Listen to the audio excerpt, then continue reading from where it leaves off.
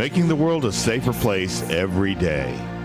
It's the Predator Patrol with Judy Cornett and Teresa Cottrell on the Party Pirate 102.1 FM.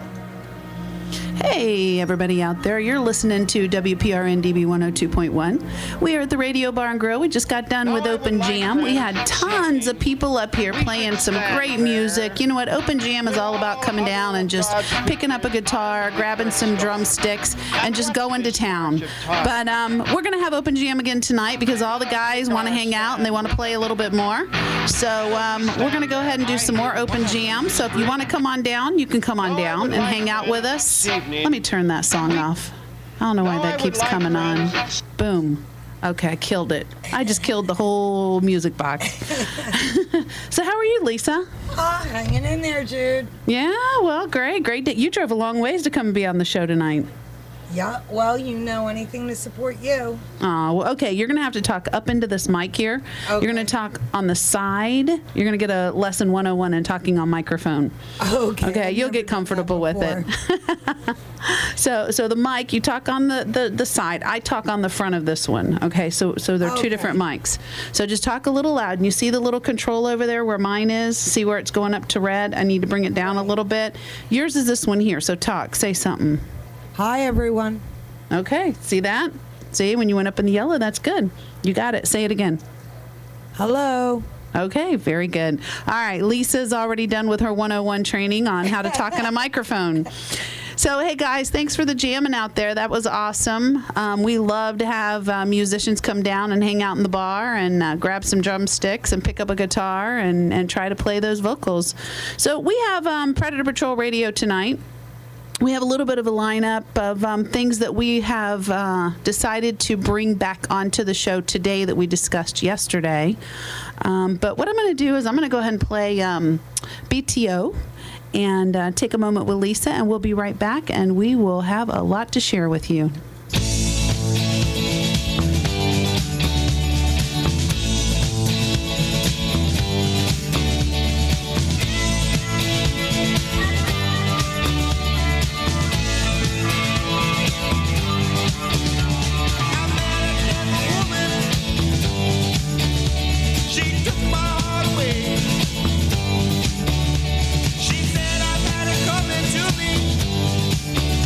But I wanted it that way.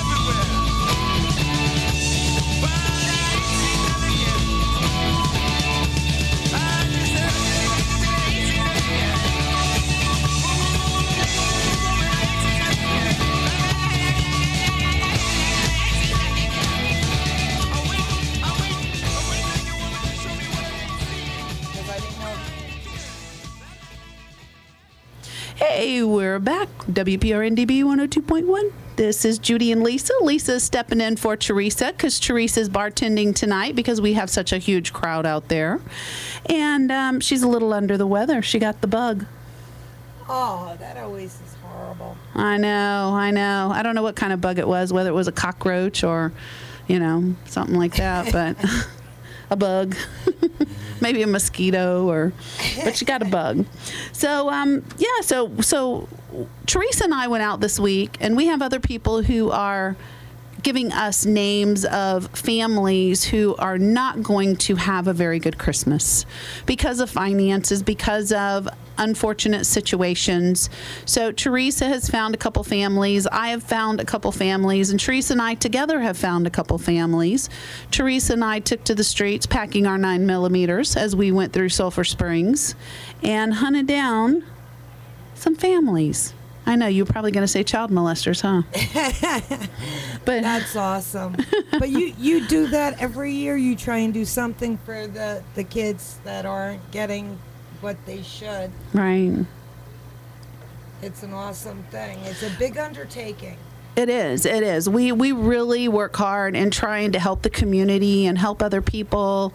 This year, Teresa came up with the idea that she wanted to do something special for some families. And when she told me about adopting families, I was on it. I mean, Predator Patrol was on board. You know why? Because every year, Predator Patrol does the same thing. So with a partnership and with the voice and with the help and with all the musicians and with all the people that we know as a team here, we can even get more gifts and give out, more presents to more families. Right. And that's the whole idea when they do the angel trees and that, which I've done over the years. Right. I mean, there's so many different ways. I think everybody should find a way and try and help somebody who's not doing as well as them, because there's so many kids that don't get a Christmas. Mm-hmm. Well, you know how we found our families? Teresa and I got in the car and we went driving through the poorest neighborhood in Tampa, where there is the highest crime level of shootings, robberies, rapes, the most child molesters that live in this neighborhood. And Teresa and I went and knocked on doors of people we had no clue. We saw toys in the yard. We went and knocked on the door, not knowing who was on the other side. One of them, I have to share this story. Teresa and I pull up to a house, and I said, Teresa, this is a family we adopted a couple years ago, and I think this is the house, but the yard looks different.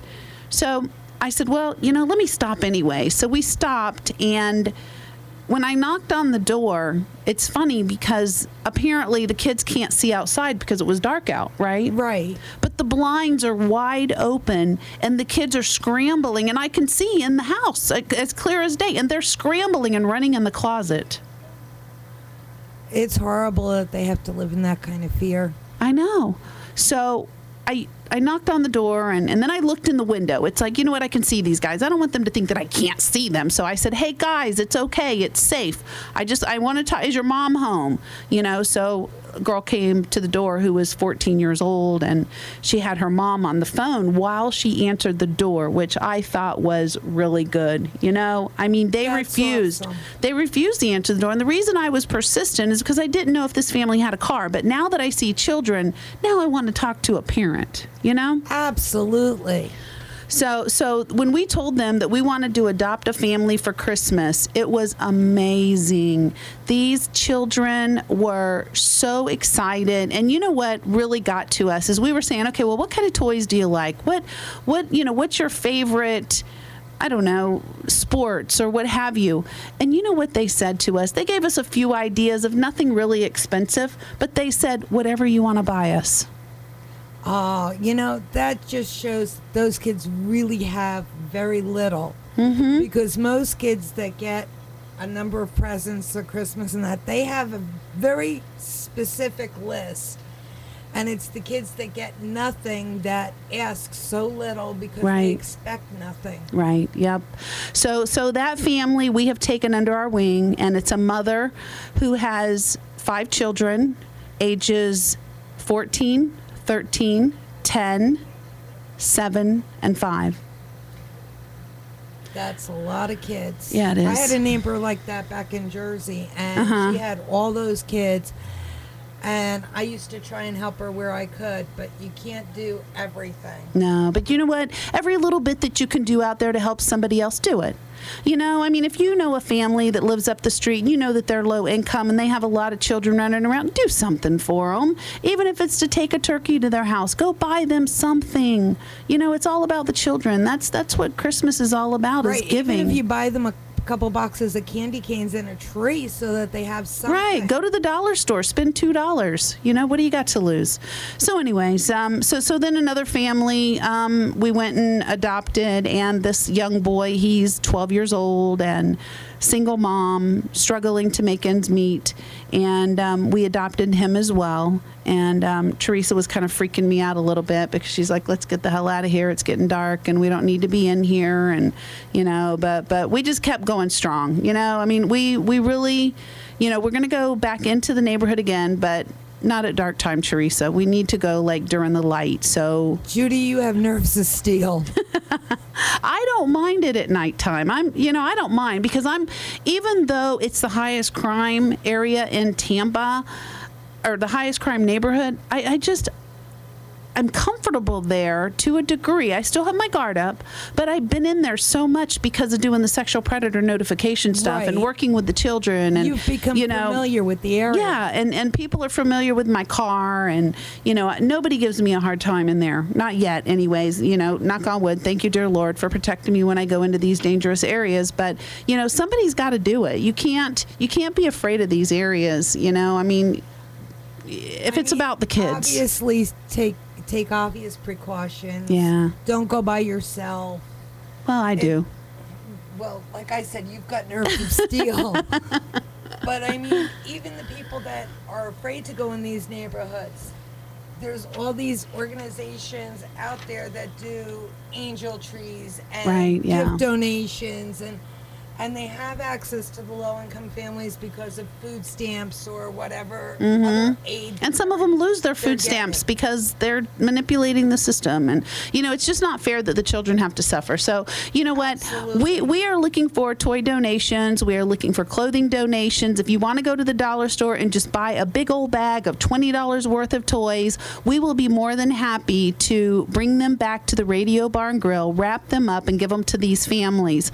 Now, Teresa did send me a message last night, I believe, telling me that we now have another family who the mother is deaf and she is a single parent. So we are going to also get the sizes of those children. We have the sizes of the other kids. So if you want to buy clothes, let us know and we will give you the size. We're hoping to have all this information. We don't want to put each family out there one at a time. We want to be able to give you a list to choose from for items that you want to purchase for these families. And even if you don't know sizes, there's always gloves or scarves or something. Right. Like yeah, that's true. I didn't think of that. Yeah. Socks, underwear. You don't think of those kind of things whenever you buy gifts for people. So anyways, you know what? We're gonna take a break. Toiletries. Yeah, that's true. Toiletries. Give the little 3-year-old a roll of toilet paper and see what she can do with it, right? I was thinking more like the children's bath soap so that they can have bubbles in their tub. Oh, not toilet paper. Right. Oh, okay. I'm going to play some Kansas and we'll get back with you guys. Sounds like a plan.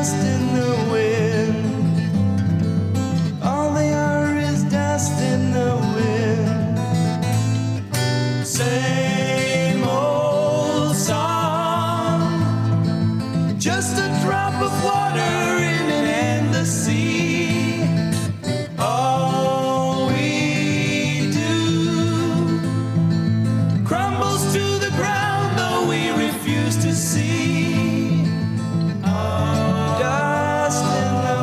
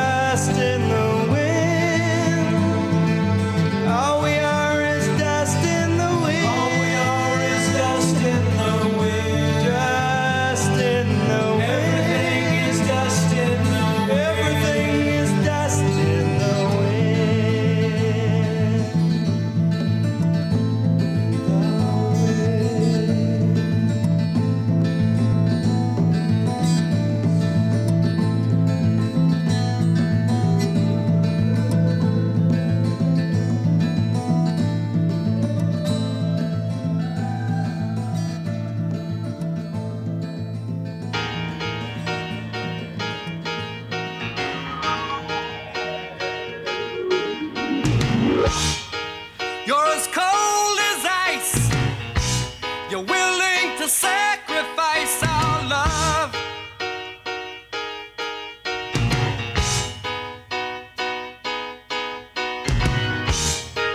You never take advice. Someday you'll pay the price. I know. I've seen it before. It happens all the time. You're closing the door. You leave the world behind. You're digging for gold.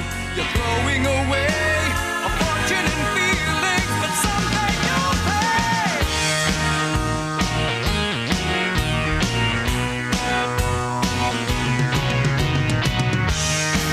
You're as cold as ice.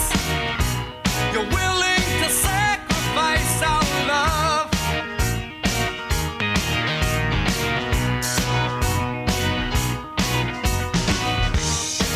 You want paradise, but someday you'll pay the price. I know.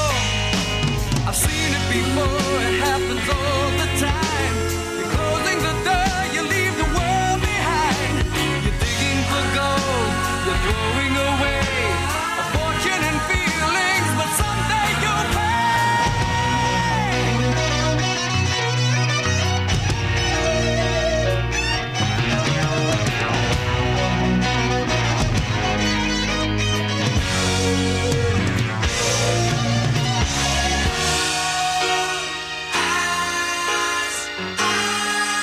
You know that you are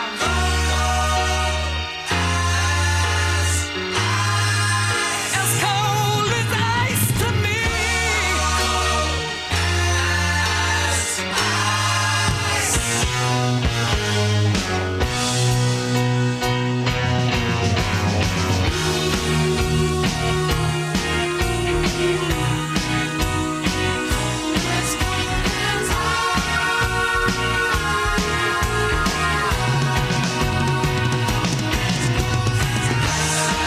You're as cold as ice. Cold as ice, I know. Yes, I know. You're as cold as ice. Cold as ice, I know. Oh, yes, I know. You're as cold as ice. Cold as ice, I know. Oh, yes, I know.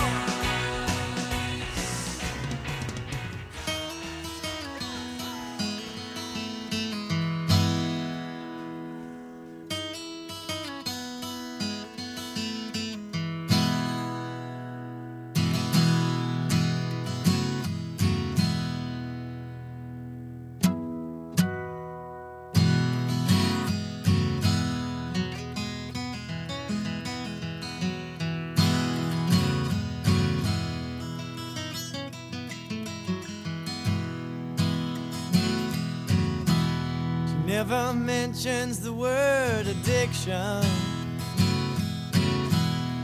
in certain company.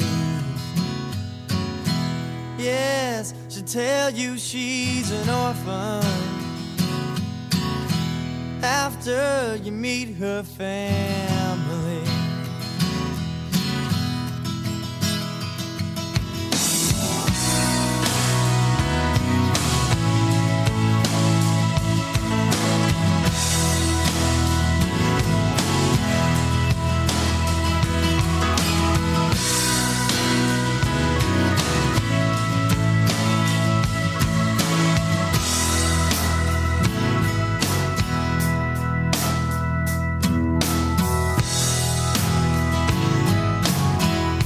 She paints her eyes as black as night now, pulls those shades down tight. Yeah, she gives a smile when the pain comes. The pain gonna make everything alright. Says she talks to angels. They call her out by her name.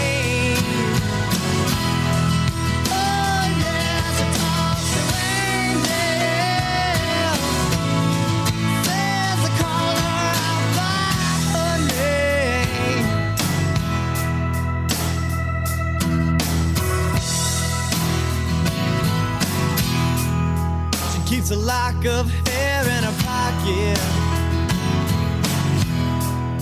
She wears a cross around her neck. Yes, the hair is from a little boy, and the cross is someone she has not met, but not yet. Says she talks to angels, says they all know her name. Oh yeah, she talks to angels, says they call her out by her name.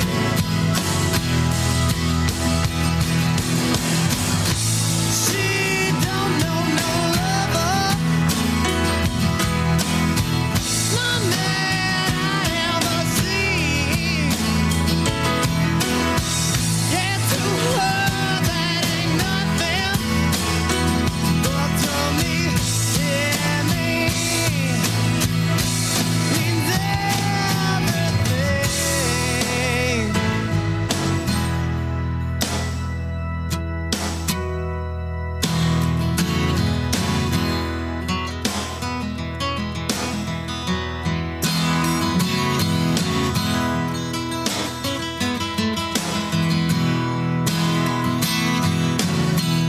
She paints her eyes as black as night now.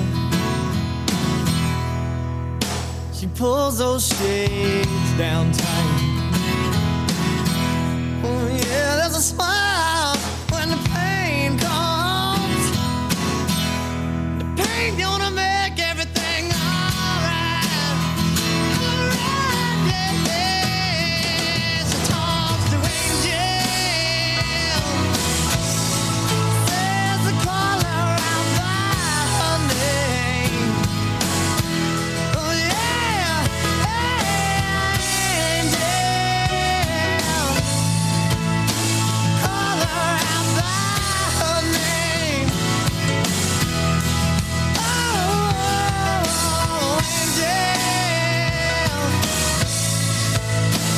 call her out by her name. Oh, she talks to angels,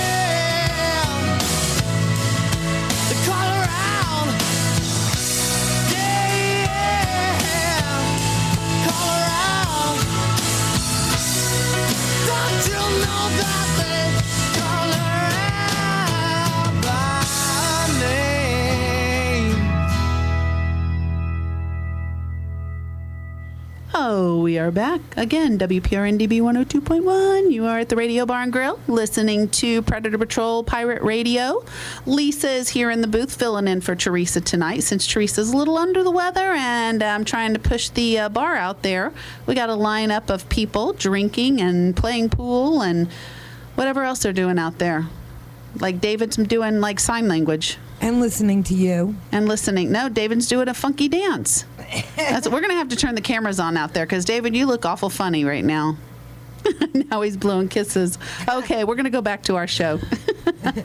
Okay, so Lisa, one of the things that I wanted to talk about is like extensive sentencing for sex offenders. You know, I mean, I was on the internet like before the show last week, and I actually went on there because I wanted to see a particular sex offender to see what sentence he got, and it was rather large. And then when I did that, I saw a whole bunch of other stories come up where sex offenders were getting sentenced to, and you know what, it's not just sex offenders, and there's other crimes out there that probably are getting these large of sentences as well, but it's like 1,000 years, 1,500 years, 2,000 years. I mean, don't we usually only live to be like 100? Around that. Yeah, I mean, I want to be 100. I don't think, I mean, maybe 102 or maybe 120, but I don't want to live past 120. I think that once I get to 120, that's like too old. I agree. Yeah, but so some of these people get these horrendous sentences, and I see on the computer here you have something pulled up right now, and am I reading it right? 12,500 years? Yes, you're reading it right. So tell me about that, Lisa. Well, the man was sentenced. Was it a man or a child molester? It's definitely a child molester. Oh, okay. Okay, he was sentenced to 500 years on each of the 25 counts of rape, forcible sodomy, and lewd acts with a child. How old was this child? Let's see. She was 11. 11 years old. And this guy committed such heinous crimes against this little girl. And people wonder why we do not want child molesters walking our streets. Why should we forgive these guys? You know, there are different levels of crimes, and different states say level 1, level 2, level 3. But you know what? Not all states do that. And you know what? I think that it's something we need to do so we know who the dangerous sex offenders are. We look at the sex offender registry and we see 600 child molesters that live in our neighborhood. But how many of them are true child molesters that we need to worry about? We don't know.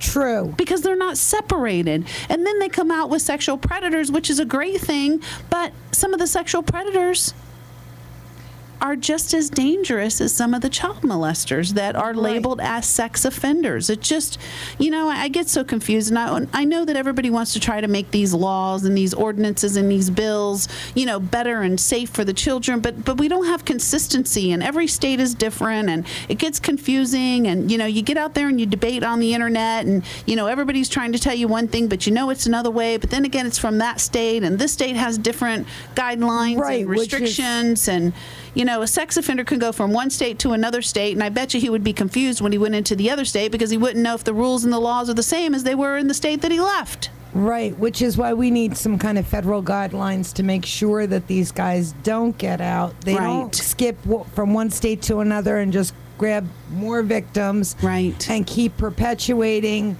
Because these kids, once they're victims, never recover. It's a lifetime sentence. No matter what you think, no matter if you have been a victim and say, you know what, oh, well, it's no big deal. You know what? Very seldom do I hear that. But you know what? That is some buried, deep pain that will surface one day, I promise.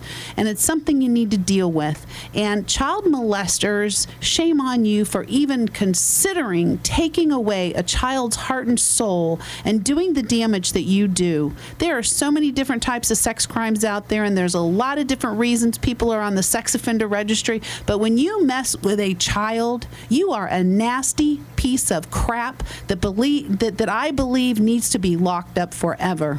Oh, absolutely. I was talking to a psychologist friend of mine, and he said that molesting a child is, he equated it to killing the child's soul.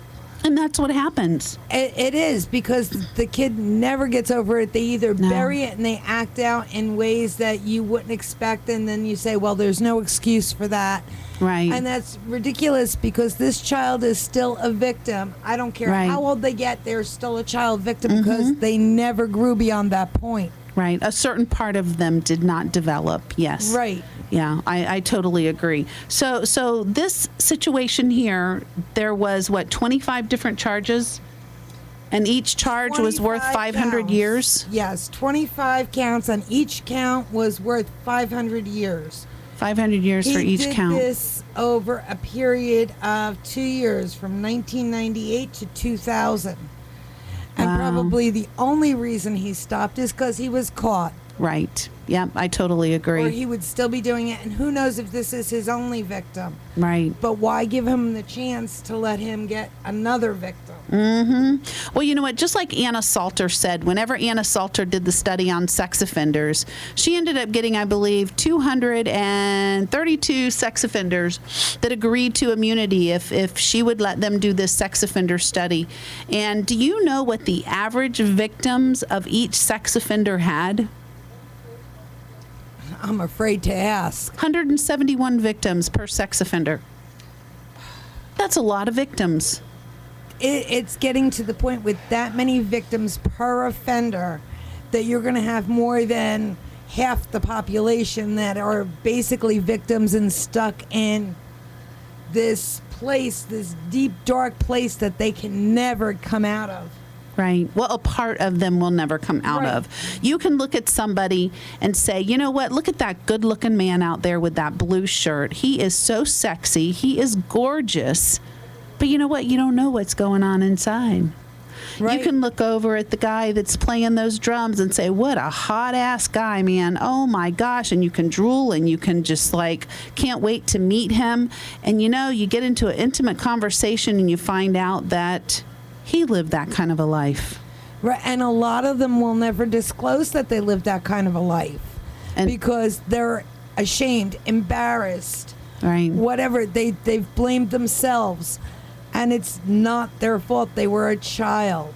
Right, right. And that's the biggest thing is, you know, children, because they didn't beat them up and kick them and scream and bite at them, or, you know, and tell their moms, you know, they feel like that they are to blame, and that's not true. And then there's other kids who try to tell and nobody believes, nobody listens to. That's happened too. Yep. So this guy is never getting out, is he? No, and he shouldn't. Right. I totally agree. This is just I mean, horrible. but instead of wasting our tax dollars on supporting this guy for the rest of his life, why don't we just bring in the death penalty? Florida has the death penalty.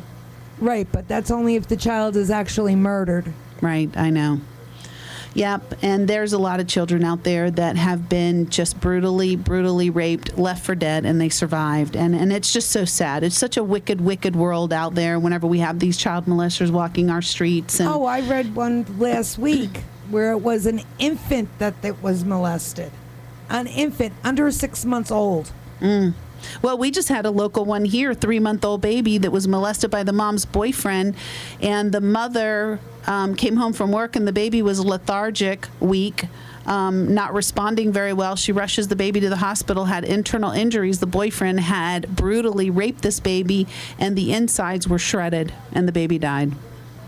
Sickos. Just outright Very sick. And so did that mother stay with that boyfriend? I have no idea, but I hope not. I hope the boyfriend's in prison for life. Too often, some of these women actually enable Yeah. their pedophile boyfriends and husbands and whatnot, or friends, and they make excuses for them. Yeah. And there is no excuse ever for harming a child. Right. Yeah, that's true. That's true. And you know what? I am a big supporter of BACA, Bikers Against Child Abuse. They rock. They kick butt.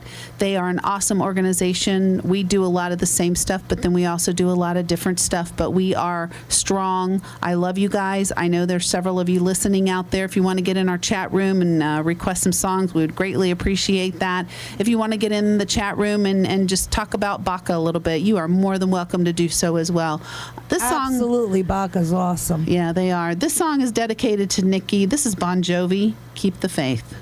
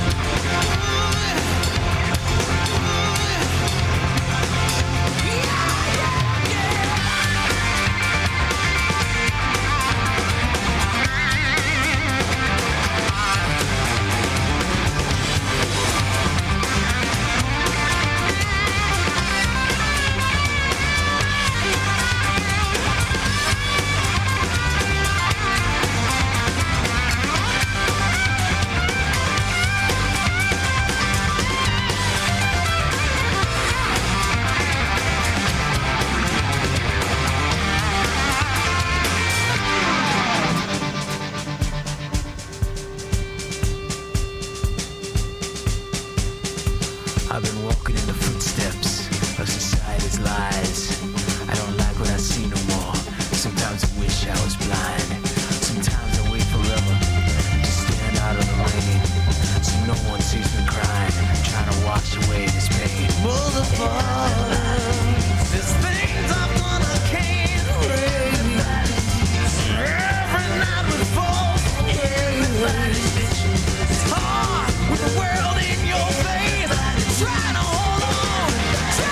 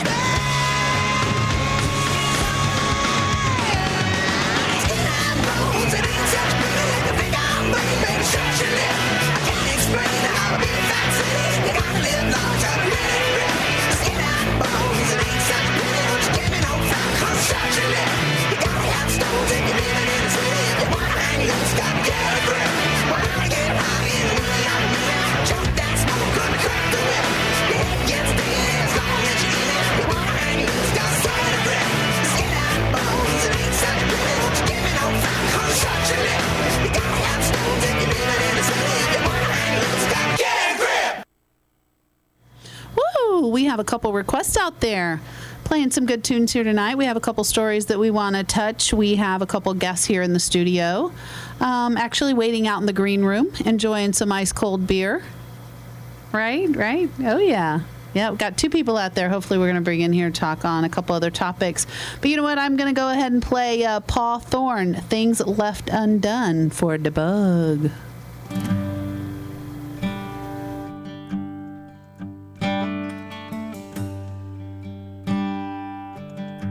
When your life is over, you're reaching the end, and the river of Jordan is around the bend.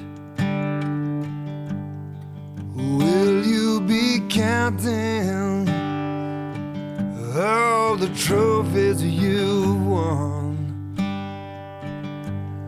Or will you look back on the things left undone?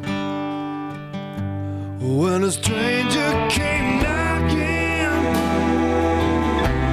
did you let him in? Was there food on your table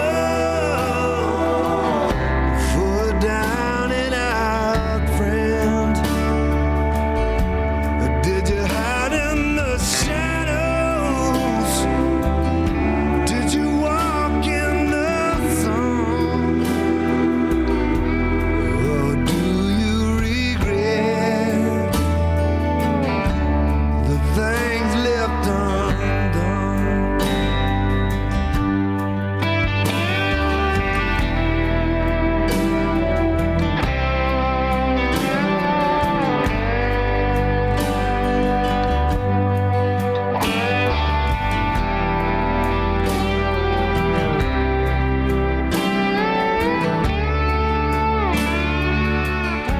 Somebody you cared for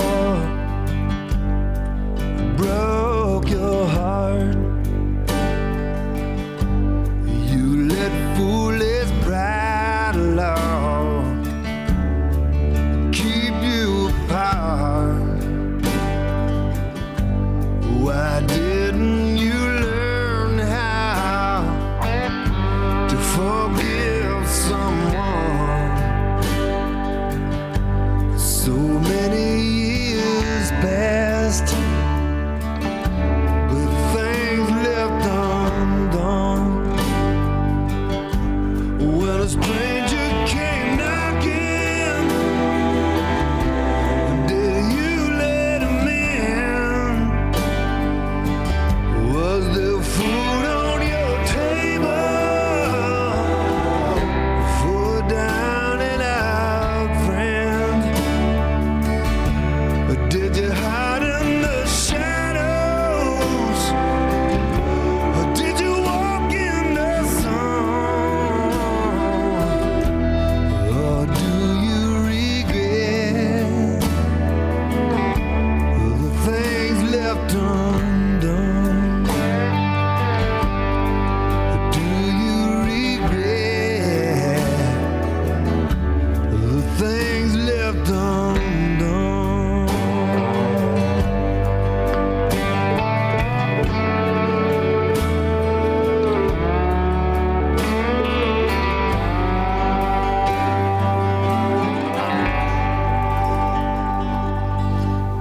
Oh, wow, Bug. That was really a nice song. And, you know, I'd never even heard of it before, but that's going to be one of my favorites. So we want to talk a little bit about an internet story that I posted on my personal, well, no, it's not my personal Facebook because it's Predator Patrol's Facebook. And I put a story out there about a family who lives in a neighborhood, and they are friends in the neighborhood with other people, and their children play with the other children, and this community is a very strong community where they look out for each other's children. It's middle class. It's in a really nice neighborhood. Well, I'm not going to say the name of the dad, but one of the children who's in this neighborhood, his father, has a father who was a pastor at a church. And this pastor ended up molesting children. Yeah, 12 children between 9 and 14. Yeah. And he is getting out of prison, or he got out of prison. Does it say he got out or he's getting out? It said he got out. Okay, he got out. He only Okay. served 10 years for Yes, that. I know. That's horrible. That just makes me want to vomit. So, anyways, the guy serves 10 years after committing this heinous crime against all of these children in church, and he is the pastor at that. So I put it out there and got all kinds of people writing me back. I mean, some of the comments were, you know, kill him, life sentence, he should never be out, report him because he's living with children, he shouldn't be living with children, I will never let my kids play with their kids. I mean, just tons and tons of different things coming back at us. And then I get this one woman who comes on and she starts kind of tearing apart what we're all saying. And you know what? I don't know everything, but before I speak, I make sure I know my facts. Before I tell you a story or before I tell you about a law, I'm going to do my homework and then I'll share it with you, which is the only way to do it. I'm not going to make up stuff. I'm not going to lie to you. I'm going to tell you what I know and what I've learned as a fact. If you want to go check it out somewhere else, then go ahead and do it. I'm not, you know, I'm not perfect and I don't know everything. I'm always But you're learning. responsible about it, Judy. I A lot try of people to be. aren't responsible, and they just want to spread rumors. So I'm on there nonsense. talking about, you know, telling people, well, it's not that easy. I mean, this guy living with the family, he's not on probation. There is no condition, so he can live there. Some people think he shouldn't live there because the law says there's a 1,000-foot rule. Well, he can live there, and it's because he has no conditions. He did his time, and he's not on probation. He can live in the backyard of a school. He can live in the backyard of a playground. So the whole thing is, He can probably go back to preaching at his church, too. oh, I'm sure there's no law that says that he can't. But there was one particular person on there outside of all the other supporters, because, you know, every time we do something on Facebook, we usually have like 99.9% supporters. But if there is a 0.1% that's not supporting us, there's got to be a reason why they're not supporting us. And I have about 15 different Facebooks, okay? You guys know about 2 of them. But I am also posing as a sex offender on Facebook. And I am friends with other sex offenders on Facebook. So for those of you who are out there that are child molesters and those of you who have Facebook and you're listening to our show, well, you know what? I'm watching you too. You know, I know that there's some of you guys on my page, so be it. Maybe you'll learn something from me. But you know what? I'm watching you guys too. And some of the things that you guys say are not true. Maybe in your eyes they are. But there are different laws in different states. Some states say that you cannot live within 2,500 foot of a school, a daycare where a child congregates ever. It doesn't matter if you're on probation or not on probation. They want to push what they want to be true, whether it's really true or not. Well, then you have places like Tampa, Hillsborough County. We have sex offender restrictions, but you have to be on probation to fall under those restrictions. If you are a child molester, if you are a sex offender, if you did a horrible crime against a child and you do your time and you serve your probation, you can live wherever you want. Right. Some people. And that's not an invitation, but you can live at it. You can live next door to a daycare. You can live next to a school. And you know this because sex offenders know the law. They know what they can do. They know where they can go. Oh, sure. They're already scoping out how they can find their next victims. Right. Well, and some of them, you know, that aren't the child molesters that are trying to get on with their life, the small percentage of the Romeo and Juliets and, you know, some of the cases that were not against child or children. And, you know, I do believe that there are some sex offenders out there that if he lived next door to me, I probably wouldn't care because if it was something that was consensual and it was a Romeo and Juliet, then... And there's always that one small sliver of percentage of people that do something and then realize what they did was messed up and they were so dead wrong.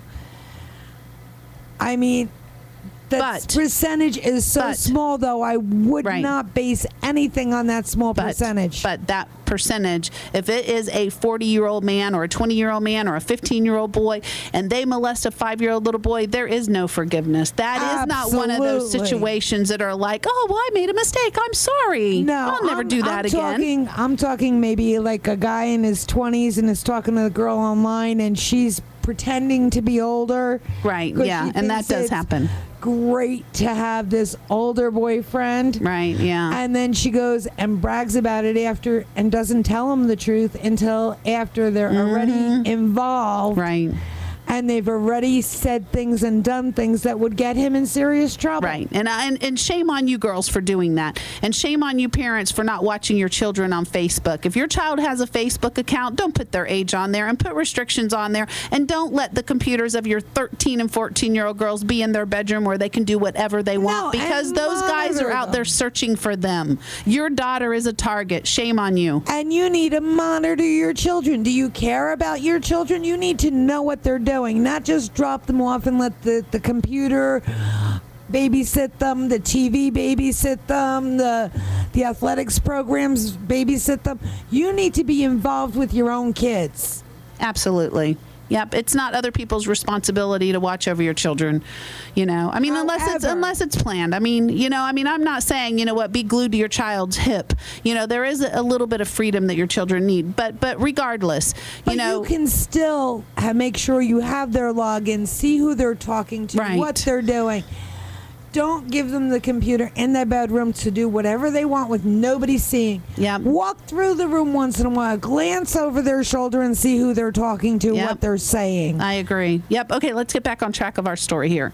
Okay, so we got a little sidetrack there, and that's okay. We do that every once in a while because these stories can go on and on and on and on forever and ever.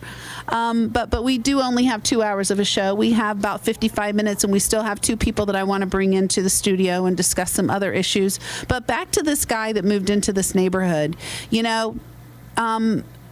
has no restrictions. So for those of you who said call his probation officer, call the police, it will do no good because he's not doing anything wrong. He is trying to live his life. He's with his son. His son's trying to help him move on.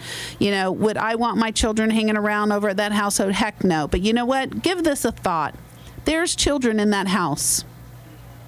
You know that the grandfather of those children is a child molester.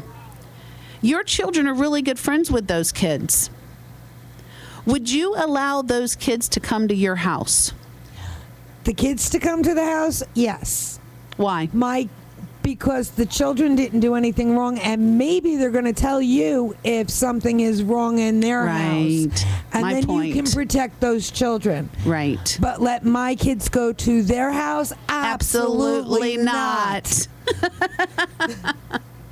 No way. No way. You're right. So anyway, so we've got this thing going on my Facebook, and there's like 20 people going back and forth, and it's like, everybody giving their input, which I completely respect everybody's opinion. I respect everybody's input, and I want to hear all sides, and occasionally I do get something from the other side who gives us a little bit of feedback, and it helps me as a victim's advocate have a better perception of things. It's not that I support what the other side says always, but it helps me to see and understand more of where they're coming from. And Judy, that just adds fuel to the fire to keep us going and fighting. Right. And so somebody makes a post on my page today and says Judy is a liar after we're talking about these restrictions. And I'm like, wait a minute, who the heck is this woman?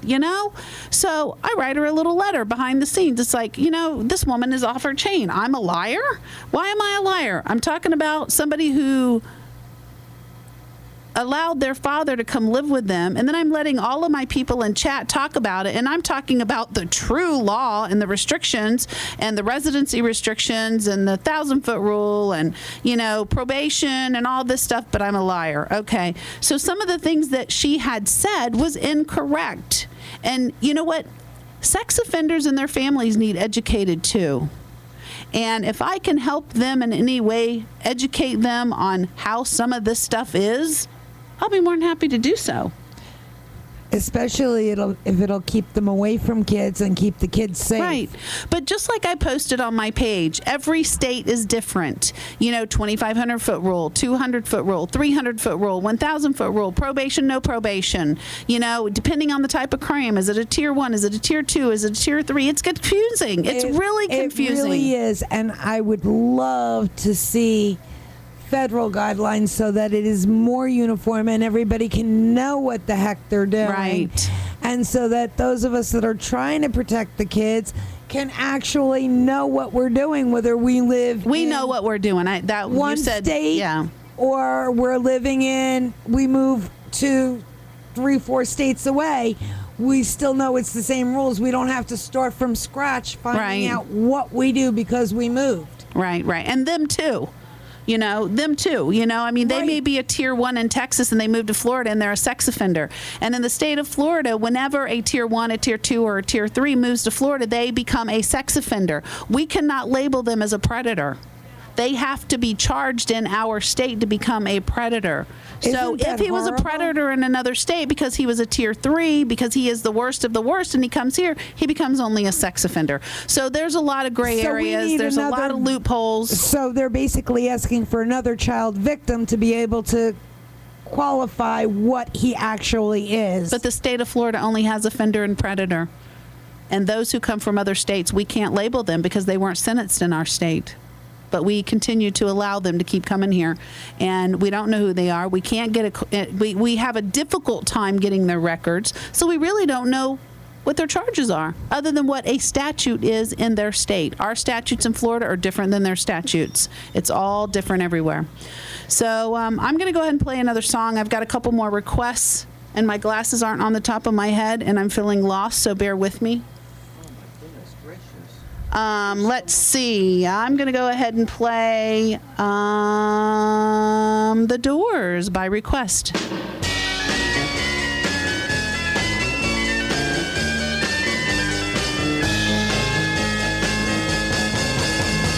know that it would be untrue. You know that I would be a liar if I was to say to you, girl, we couldn't get much higher. Come on, baby, light my fire. Come on, baby, light my fire. Try to set the night on fire. The time to hesitate is through. No time to wallow in the mire. Try now, we can only lose, and our love become a funeral pyre. Come on, baby, light my fire. Come on, baby, light my fire. Try to set the night on fire.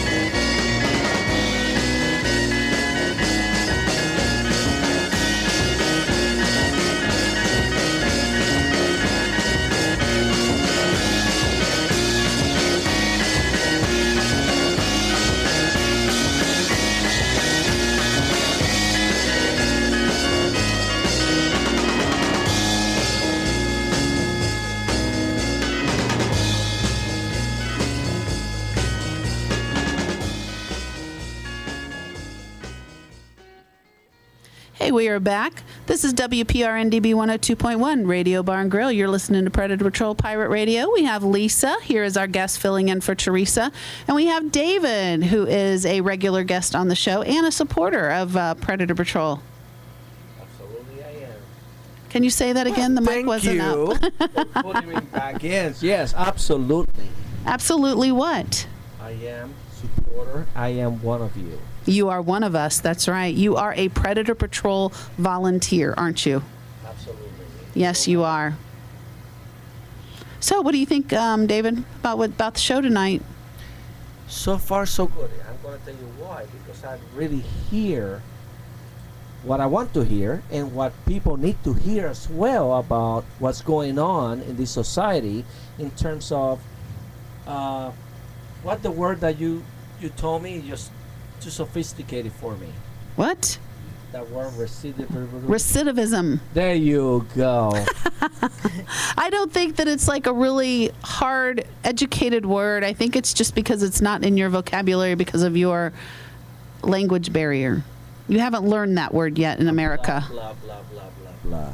How's that? No, you know what? No, it's all about doing once again what you already done once. Yep. And just repeating yourself. That's the whole point. Yep.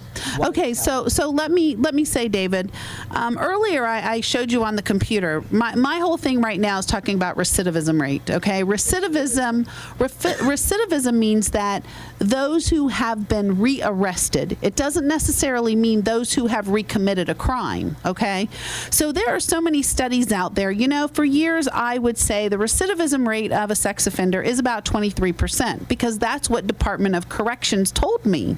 Okay, and I read the study, and the study was accurate based on those particular sex offenders that they did the study on. It's not a study of the 500,000 registered sex offenders that we have in the United States. It's not on the 600 sex offenders that we have in Sulphur Springs.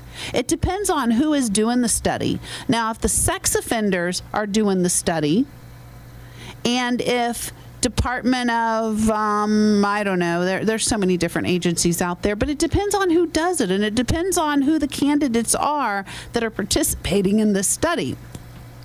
They may say, you know what, in the United States, we've had so many arrests of sex offenders, and this is how many have reoffended. But that also means those who have the charges have stuck. You know what I'm saying? Recidivism rate to me really doesn't mean a whole lot. It does mean that they are being rearrested over and over and over again. There are recidivism stories that I have read where the recidivism rate is at 43%, depending on who's doing the study. I've seen them at 57%. I've seen them at 80%. I've seen them as low as 1%. So let me clarify something. Maybe I'm just lost, but you're telling me recidivism is not necessarily committing a crime for the same sex offender. Could Right. be anything else. It could be, yeah. So that could be skewed. Right. Because we are not talking about the issue that's at hand here. Right. So The that is my problem. Right. The recidivism rate could be based on a failure to register. It doesn't necessarily mean that they went out and recommitted the same crime. Okay, then. So that is my concern. So I don't find it accurate. Right. Exactly. That's my I don't point. find it's just like, why we doing this study where we can spending more time Right. in something else that we can not necessarily, I mean, hopefully to stop this crap, but at the same token to fix the problem that we have right now. Right. So, like I was telling you earlier, you know, I mean, we treat sex offenders just like they were shoplifters. Right. And that's Here we go. completely wrong. You know, you do this, you do that, let me put you in jail for a month or two, a year, whatever, and then what? Right. So I don't understand. Yes, I do understand, but yes, I want to say I don't understand because it doesn't make any sense in terms of rehabilitation instead of finding a way to stop the epidemic. Right. When you pull that website.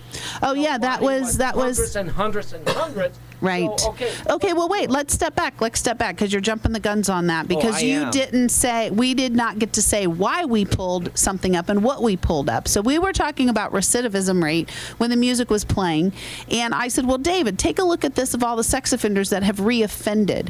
Recidivism rate is those who have been rearrested. It doesn't necessarily mean that they were listen to me. It doesn't mean that they were charged with a sex offense crime. They were just rearrested. Okay.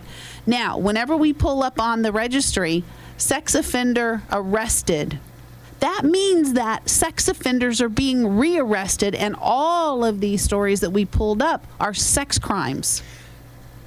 This is not recidivism. This is the sex offenders that have recommitted, and they have committed another sex crime against a child. That's what I want to focus on. Right. So the recidivism rate, in my eyes, really has no validity. And for me, and I'm glad you brought that up because I didn't want to put you on the spot. But yes, why am I talking about recidivism, whatever it is? Because that doesn't make any sense. Right. Okay. You know what? This guy can spit on a freaking car, far concerned, and he can get arrested. So who gives a damn? Right. I'm sorry. Yeah. No, that's what I want to focus on. Right. On those freaking stories that sex offenders keep getting arrested for the same crime. Right. And what's going on? I mean, this is ridiculous. Right. So a lot of people say, well, why do you keep picking on sex offenders, especially some of these child molesters and these organizations? They'll say, you know what, you guys need to just spend more time educating because only 1% of these guys commit a crime against children again, and it's 95% that you have to worry about family members at home and so on and so forth. Yes, 90% and more are crimes that happen at home. They do. But, go ahead, Lisa. I know she's chomping at the bit over there. She's like wanting to say something. Even one child as victim is one too many. It should be zero tolerance. None. Right. Zero tolerance. That's right. And we use that phrase quite often. So the child molesters that are out there that are messing with little children, we have zero tolerance for those type of crimes. You mess with a little child and you take their virginity, that is just disgusting. Shame on you.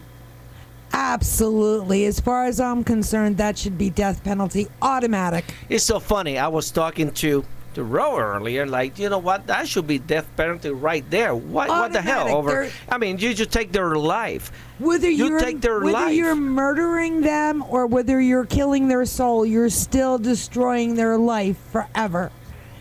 Zero tolerance. Yeah. You know what? I don't know, and this might sound really, really bad, but sometimes I don't know. Sometimes you become speechless when you're talking about stuff like this. I know, David, it's frustrating. You know, what is best? And please, you know what? I'm gonna say what my mind says. Hey, that's what the show's all about. I'm not saying it's okay to kill, but it's better to. Oh, so what you're saying is, okay, let me tell you a little story. No, you're okay. You're okay. You know all right. Because it's just so this here goes back to. It is what it is. I mean, listen. Yes, that's right. Oh my God. I know. And then they have to live with it for the rest of their life. And there's a part of them that's damaged forever, and it's just horrible. Well, you know, this is kind of ironic that you brought this up, David, because it does hit close to home for me. My son, after he was molested by Kevin Kinder and brutally raped and left for dead, strangled and suffocated, Kevin Kinder is serving time in prison. He molested a total of 5 boys. But my son ended up getting hooked on drugs. You know what? We're not embarrassed. We're not ashamed. We're sorry that it's happened, and we wish that life was different, but it is what it is. I live by the Serenity Prayer. But Jason... That's the truth for a lot of victims. Yes, but anyways, Jason was in a drug rehab center that we had put him in. And Donald Rice, who is in Miami, his son, Jimmy Rice, was kidnapped by a sex offender who had recently gotten out of prison and killed Jimmy. Mr. Rice apparently had seen me on a TV show and called our local station here in Tampa and said, I want to meet that woman. I want to talk to her. So we were on the Kathy Fountain show together, and after the show, we spoke. And I asked Mr. Rice, after he had said, how is your son doing? And I said, he's in a drug treatment program. He said, I would love to meet him. I said, well, the program that he's at is not that far away. Would you like to follow me over there, and maybe they'll let us in and you can talk with him? He said, absolutely. So Mr. Rice and I went to the program where my son was at, and it was a great, meeting, and my son was happy to meet him. My son wasn't expecting us. It was kind of a surprise visit. So Jason and Mr. Rice are sitting across from each other, and I'm sitting next to my son.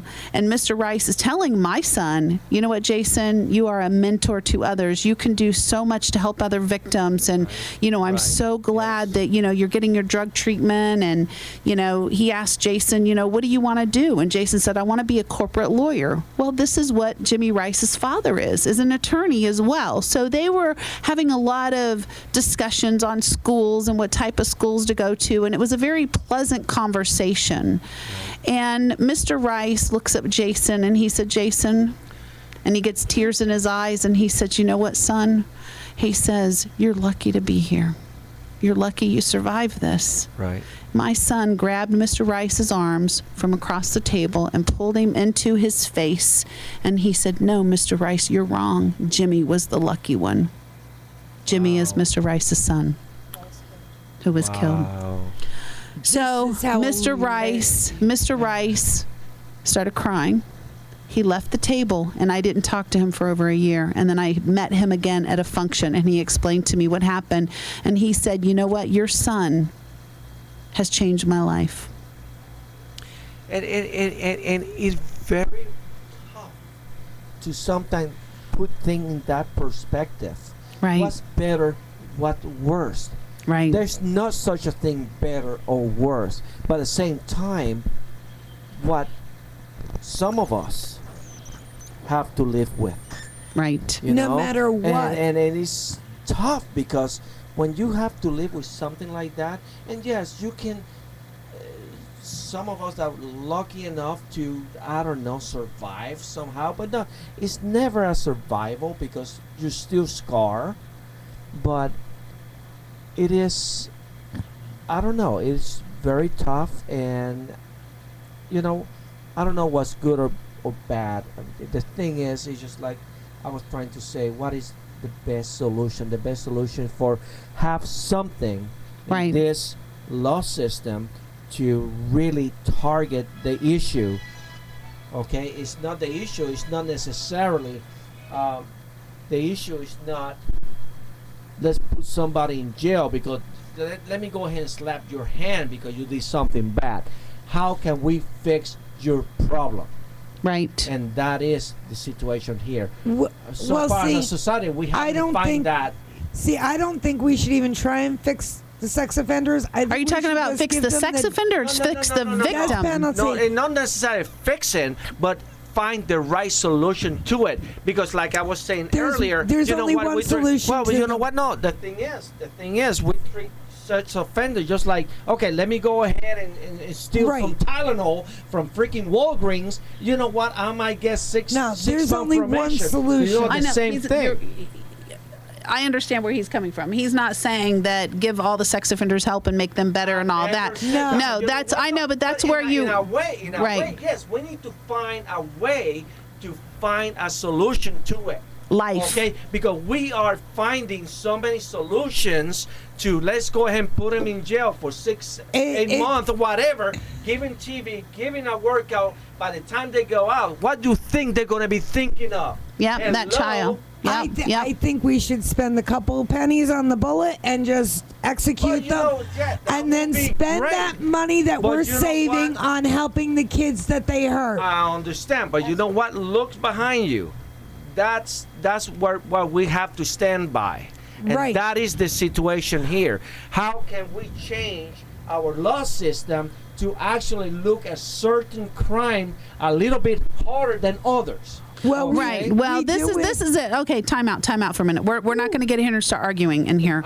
We are a team. We're all on the same team, okay? That's the thing. We are on the same team here. We are in here for the same cause. We are here to protect children, and we are here to make sure that child molesters do not get out and hurt children again. Absolutely. There needs to be consistency. You know, if there is somebody out there that shoplifted and stole a bottle of cologne, and then you have somebody out there who kidnapped a child and raped that child, they don't deserve the same sentence. Absolutely not. The child molesters need to have stiff penalties to where they cannot get out and hurt these children again. It doesn't mean that every sex offender should be sentenced for life. It doesn't mean that every sex offender should get death penalty, because I don't believe that. I believe that there are some out there that are very dangerous that do not need to be walking our streets. What I feel is like we should have different type of, not necessarily jails, but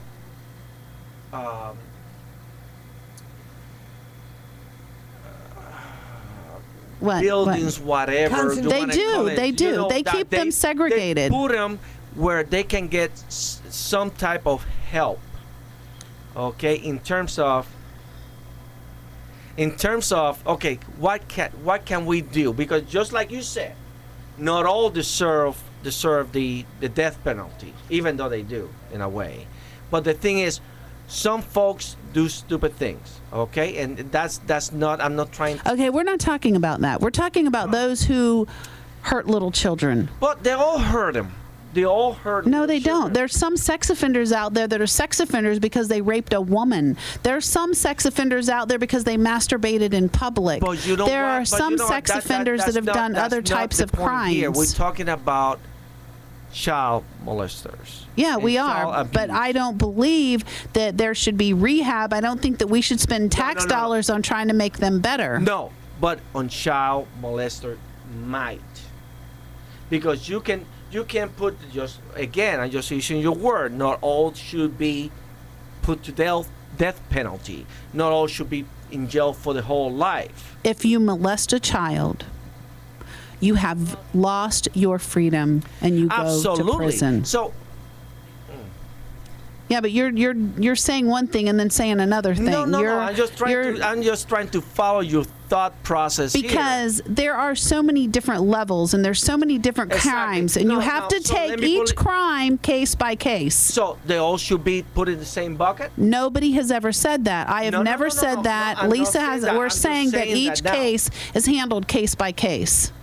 Now, should be handled case by case? So you're telling me if Big Joe do something to Little Jane, whether he's just showing it or sticking it, that's okay?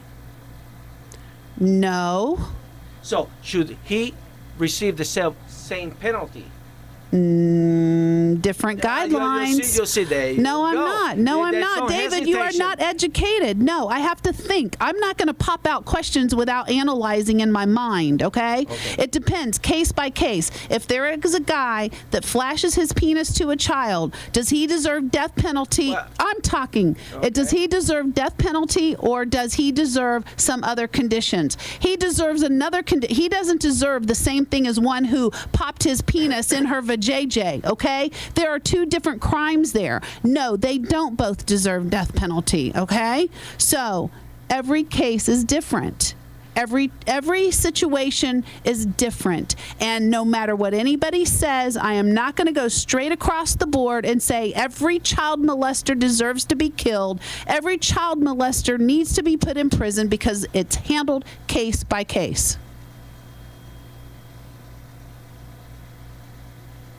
Moment of silence. Yeah. And you know why? I'm going to tell you why I disagree. I disagree because once you try it, you're going back, and you're going to let that happen. Oh, let me go ahead and flash my penis. Right, Ooh, I agree. I got away with it. Ooh. But did I just say, say that was a death penalty? I said it's case by case. I didn't say that child molester who flashed his penis is only going to get 1 year. I love that woman. But you know what? We're going to go to step 1, Step 2, step 3, when we're going to put a stop with it. When the child is dead, when the child is really, really hurting. The child's going to be hurting from day one. Okay. On the first time that they were violated. There you go. I'm done. So we'll go ahead and move on to the next topic, and we'll let David's blood pressure go down. Let him go have a beer, and I will have my next. Oh, wait a minute. I love Okay, you, baby. guys, I love everybody out there. I've got special request for John Lennon. Here we go.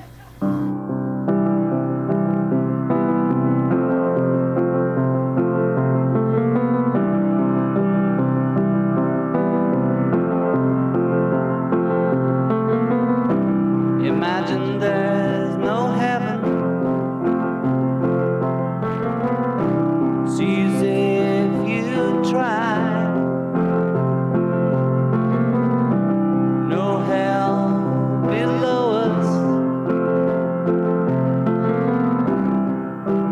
Above us only sky. Imagine all the people living for today. Imagine there's no countries. It isn't hard to do. Nothing to kill or die for. And no religion too. Imagine all the people living life in peace. You may say I'm a dreamer, but I'm not the only one. I hope someday you'll join us, and the world will be as one. Imagine no possessions.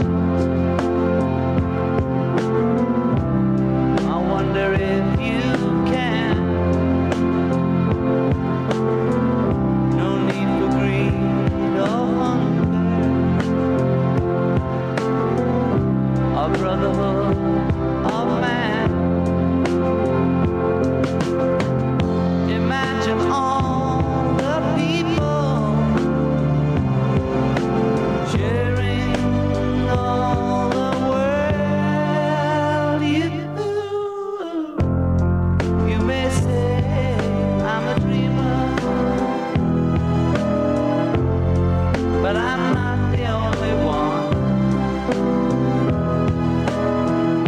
I hope someday you'll join us, and the world will live as one.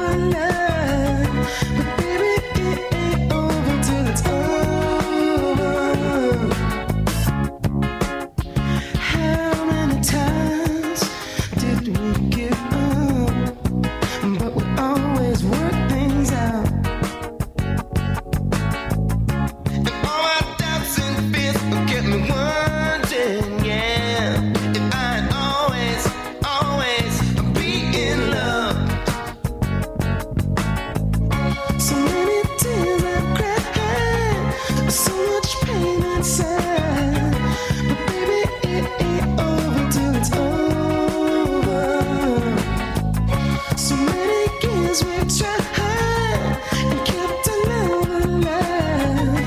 'Cause baby, it ain't over till it's over.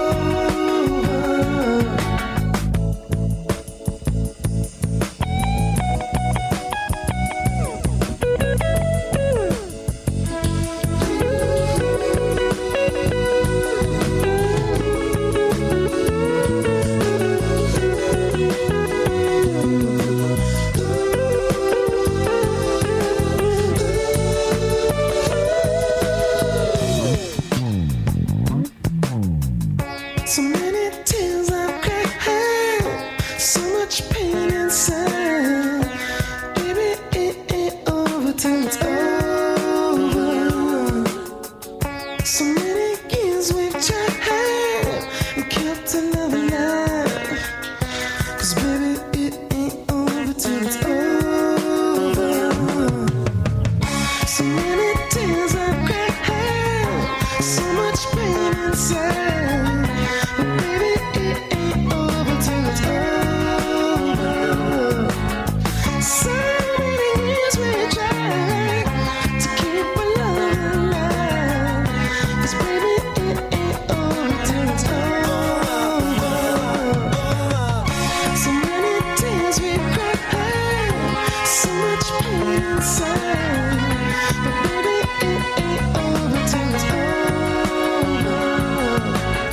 So many years we tried to keep our love alive. 'Cause baby, it ain't over till it's over. So many tears we cried, so much pain inside. But baby, it ain't over till it's over. You're listening to WPRN-DB 102.1 Radio Bar and Grill. I want to share with you some of the things that are going on here at the Radio Bar and Grill. Monday through Friday, we have Ozman 3 to 5. Ozman is one of our Predator Patrol volunteers, and his wonderful wife is the bartender.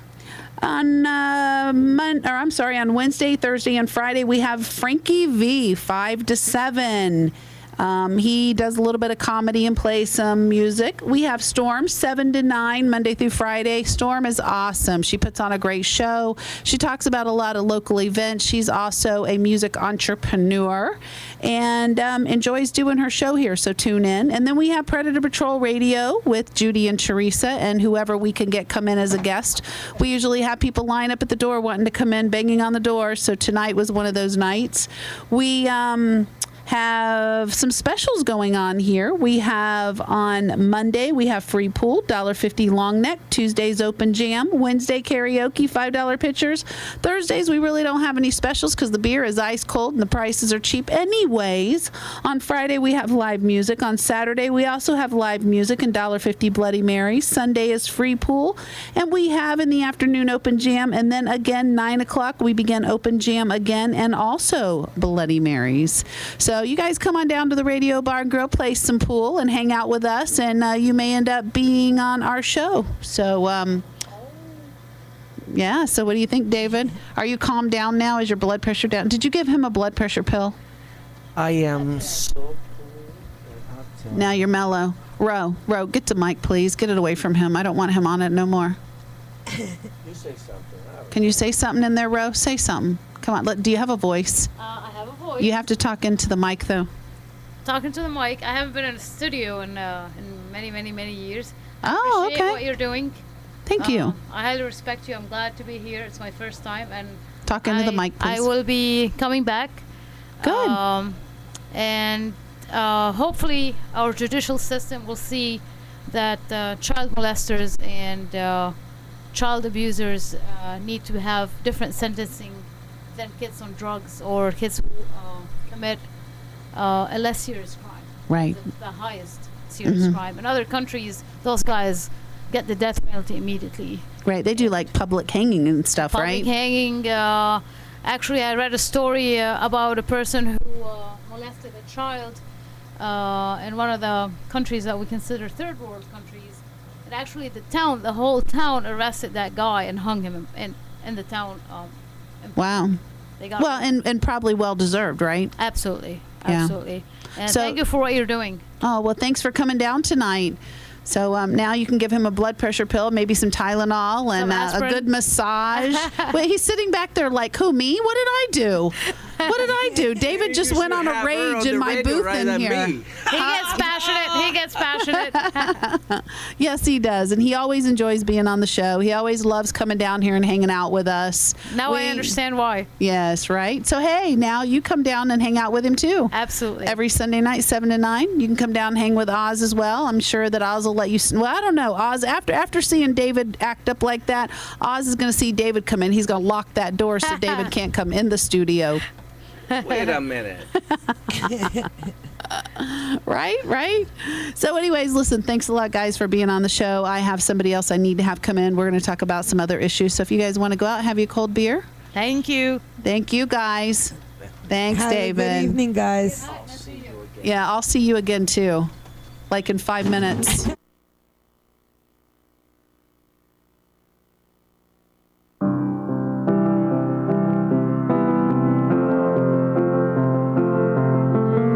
I am playing the song again because it was a special request. Imagine there's no heaven. It's easy if you try. No hell below us. Above us only sky. Imagine all the people living for today. Imagine there's no countries.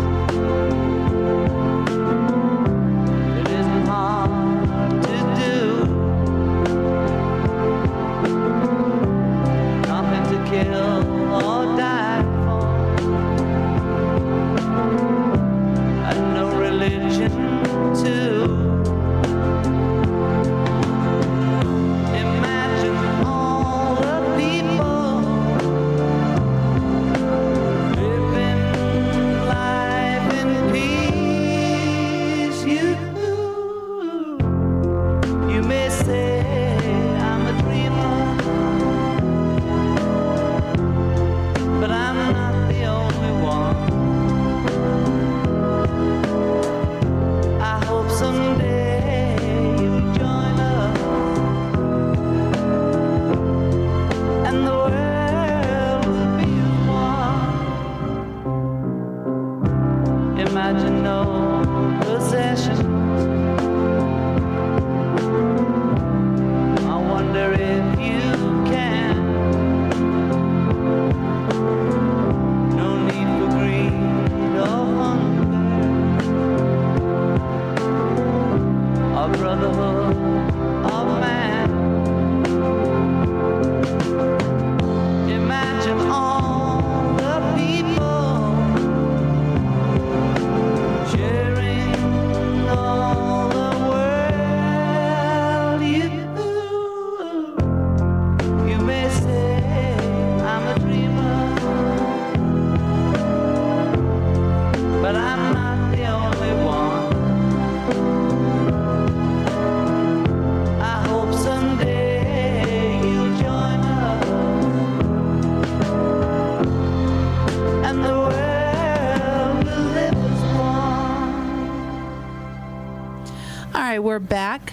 We have Ozman in the studio with us, and we're going to talk about an upcoming event. And I don't know if it's actually an event, but it's a get together with all of our volunteers. We're going to have a meeting here at the Radio Bar and Grill, and we're going to talk about going into Sulphur Springs and doing what we do best, and that is educating the children, letting the kids know about safety. We take safety steps into the bad neighborhoods and educate the kids on how to be safe. We take stuffed animals. We take in other toys. I have little kaleidoscopes now that somebody donated to us. So we have a handful of toys.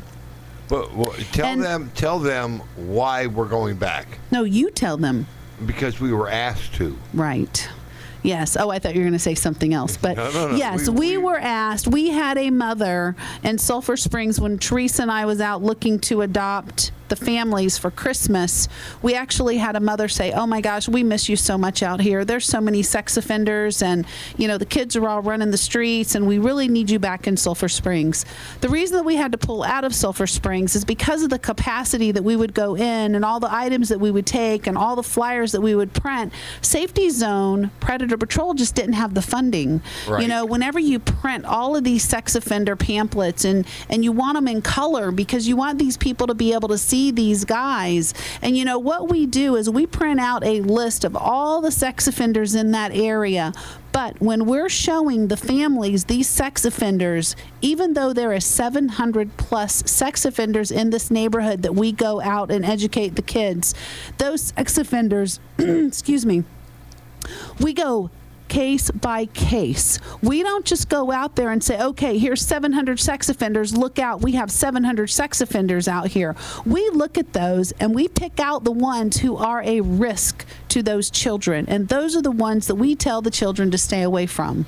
Well, and it's not only that. It is also the ones that are on the verge of not abiding by the parole setups or the law. Their conditions, yeah. Their conditions, absolutely. I mean, when you and I went out, when we had our posse go out before, we had a lot of people out there on that one. Oh yes, we went out. We were looking for the ones that were in the potential of not being within the restrictions of the law. Right. We can talk about sex offenders. There's people out there that take advantage of the sex offenders and of the system. Oh, and milk them of every dime they have. Absolutely. Well, you know what? That's fine with me. But you know what? Let me tell you, whenever somebody has an apartment complex, and that apartment complex is right next door to an elementary school, or it's right next door to a church where children go, and this person says, oh, I'm going to open up a sex offender colony, and I'm going to bring in all the sex offenders so they can have a place to go, and I'm going to charge them a ridiculous amount of money just so they can live in this piece of crap shithole. Oh, you got a bad mouth. Oh, I said a bad word. I know. But it gets me because I've seen several people open up these colonies, and to them, they're not a sex offender, but they're out for the money. And I just don't think that that's right either. I mean, have an apartment complex. Let's bring all the child molesters in here. Normally, we would charge $500 a room, but we're going to charge them $800 a room because they're a child molester and they have nowhere to go. Not only that, but my problem with that is, guess what, Joe Blow? You just opened up an apartment complex. It's right next door to a church where there's all kinds of children playing on the playground, and you don't even care about that. No, and it's all about the payday, and in the long run, you're paying for it, and so am I.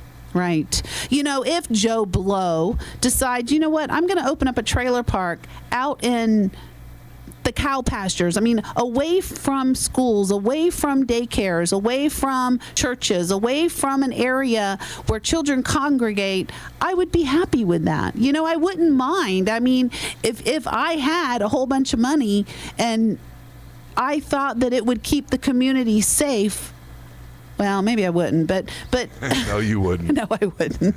But if somebody says, you know what, we have property that's way out on 301. There's no children out there. It's a nice piece of property. We're going to take 20 trailers and we're going to house the sex offenders. Okay, fine. Fine. They got to go somewhere. But they don't have to go in my backyard. They don't have to go right next door to a school. They don't have to go right next door to a daycare. So what David is talking about is whenever we went out and did our sexual predator notification, we did not target a specific sex offender. No.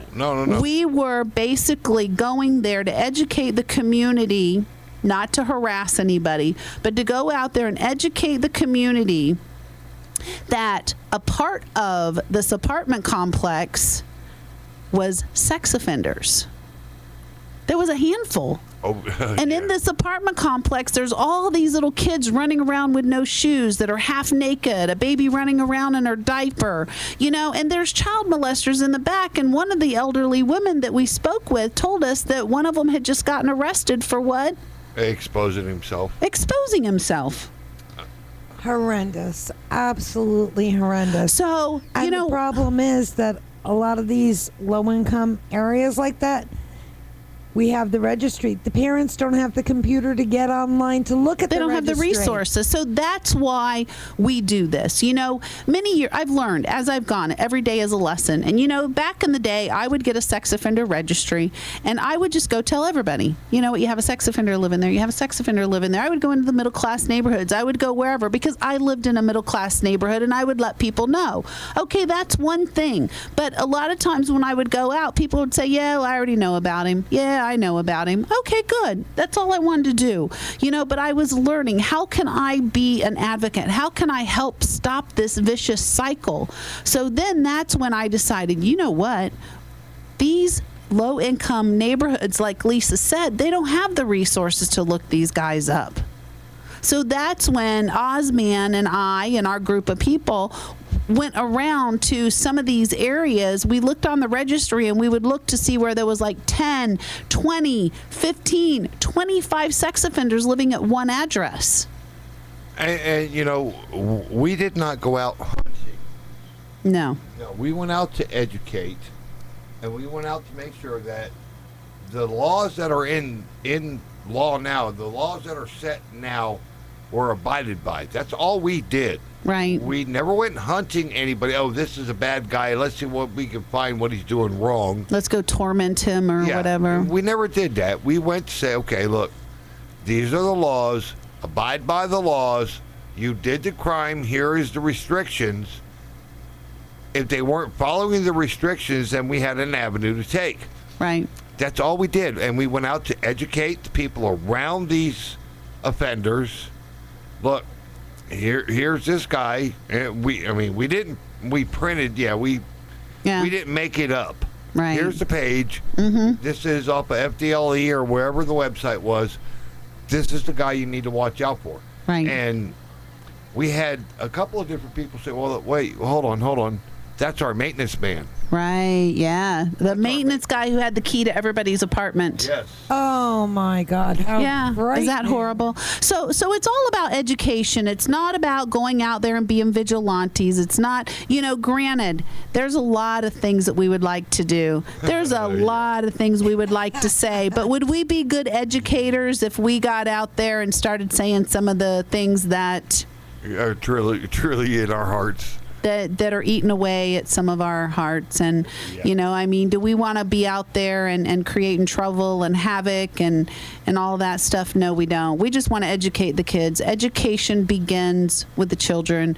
And we can write laws all day long. We can pass bills and we can pass ordinances or write all of this stuff. And you know what? It doesn't make a difference. It's the education with the children. And you got to educate the parents, too, because half the parents don't realize that their kids are even in danger. They're not paying attention. The ignorance of the parents, that became a very common theme. The ignorance of the parents when we went out. We were showing them, and they're like, first off, they didn't trust us. A lot of them didn't. But Judy is well known, and as soon as we hit a couple of spots, they're like, "Oh, you're back, great." Mm-hmm. But some of the parents are very, very ignorant to what is going on in their own neighborhoods, and that's what Judy and the Predator Patrol does to educate them. Look, this is happening. This is what is real. I mean, the thing is, these parents are either so busy trying to make ends meet that they're not paying attention, or they're just in La La Land, and they need to know, and they need to care, and they need to watch their kids. They need to be out there for their kids. Well, I will tell you this, and it's happened more than one occasion. I've been, whether I'm on my motorcycle or my car, especially during school season, I come home, I'm going to my house, and I see a young girl or a young boy standing on a street corner just obviously got off the school bus. I have actually pulled over and waited Good for you.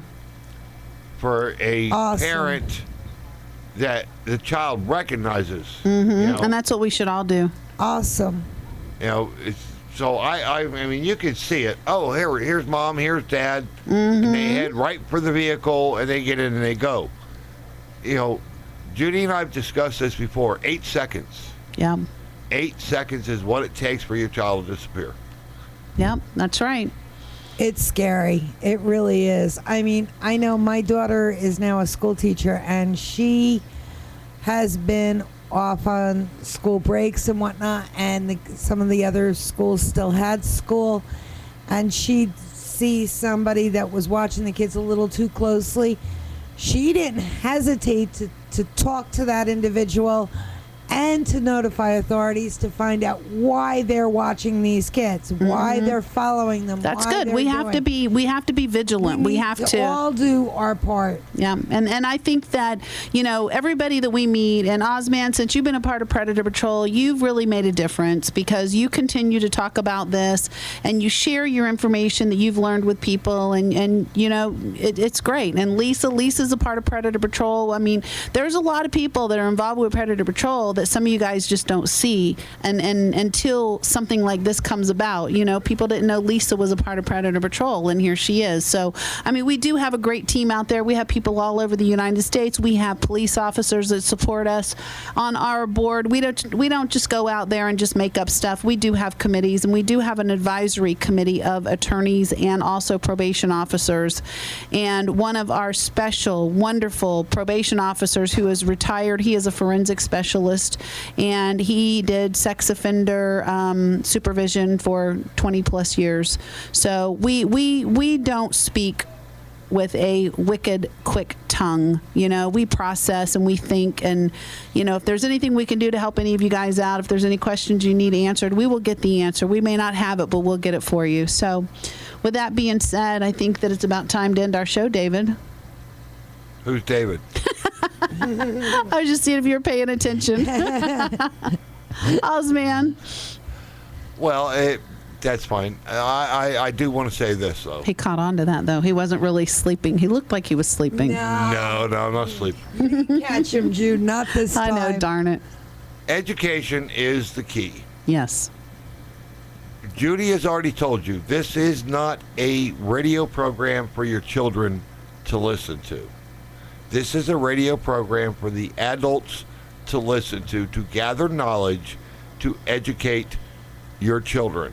Absolutely. And to listen to some good tunes. And awareness. You need to be aware of what's going on with your kids, where they are, what they're doing, who they're involved with. Absolutely. In a blink of an eye, Your child could be gone. Your life can change. And Judy is the testament to that. In a blink of an eye, your life can change. So, That's guys, right. Be vigilant, be aware, educate yourself. This is the start. This isn't the end. Yep. So when you listen to Judy, that's the start.